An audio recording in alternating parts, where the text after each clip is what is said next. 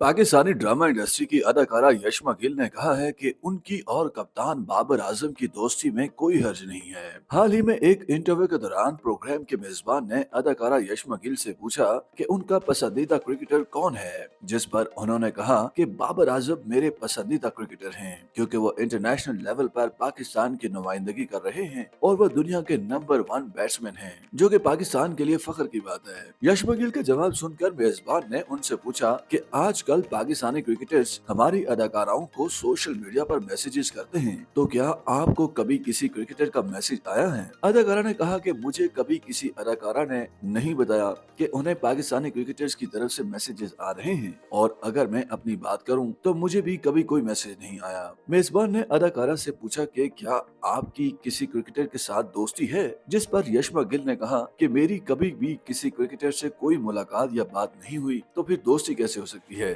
यशमा गिल ने अपनी बात जारी रखते हुए कहा कि क्रिकेटर्स के साथ भी दोस्ती हो सकती है, वो हमारे मुल्क की नुमाइंदगी कर रहे हैं और हमारे हीरोज हैं। एक सवाल के जवाब में अदाकारा ने कहा कि अगर मेरी बाबर आजम के साथ दोस्ती हो जाएगी तो इसमें कोई हर्ज नहीं। मारूफ मॉडल और अदाकारा यशमा गिल ने इंकशाफ किया कि उन्हें कम उम्र में जिनसी हरासानी का निशाना बनाया गया। ताहम साथ ही उन्होंने वाज़ेह किया कि उन्होंने ड्रामा इंडस्ट्री में कभी इस तरह के मसाइल का सामना नहीं किया। यशमा गिल ने बताया कि कम उम्र में बतौर रेडियो जॉकी काम करना उन्होंने शुरू किया था, जहां उन्हें मसाइल का सामना रहा। यशमा गिल का कहना था कि जब वो बतौर आरजे काम कर रही थी तब उन्हें नामुनासिब रवैयों का सामना करना पड़ा। उन्होंने इंकशाफ किया कि जिस रेडियो स्टेशन पर वो काम करती थी वहाँ के मेकअप आर्टिस्ट ने उन्हें जिनसी तौर पर हरासानी का निशाना बनाया। अदाकारा के मुताबिक एक दिन जैसे ही वो मेकअप करवाने कमरे में गई तो मेकअप आर्टिस्ट उनके इंतहाई करीब आ गए और उन्हें नामुनासिब अंदाज में छूने लगे, जिस पर उन्होंने वहीं रोना शुरू कर दिया। यशमा गिल का कहना था कि वो उस वक्त कम उम्र थी,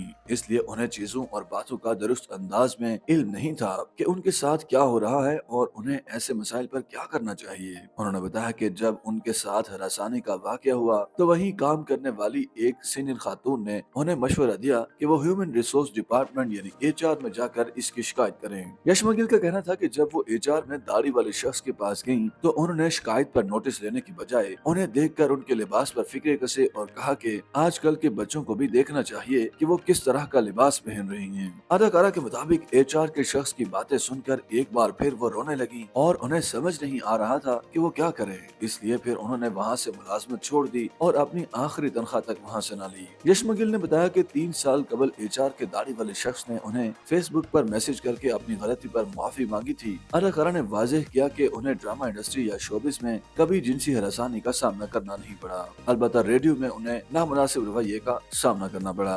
अगरचे यशमा गिल ने रेडियो में अपने साथ पेश आने वाले वाक़े से मुताल्लिक खुलकर बात की, लेकिन उन्होंने कभी किसी शख्स या रेडियो चैनल का नाम तक नहीं लिया। YouTube पर गूगली न्यूज देखने के लिए youtube.com की सर्च बार में गूगली न्यूज टीवी टाइप करें। गूगली न्यूज के पेज पर सुर्ख रंग के सब्सक्रिप्शन वाले बटन पर क्लिक करना ना भूलिए। YouTube पेज पर अपलोड होने वाली वीडियोस से बाखबर रहने के लिए बेल आइकन पर क्लिक कीजिए। आपको हर नई वीडियो के बारे में नोटिफिकेशन मौसूल हो जाएगा।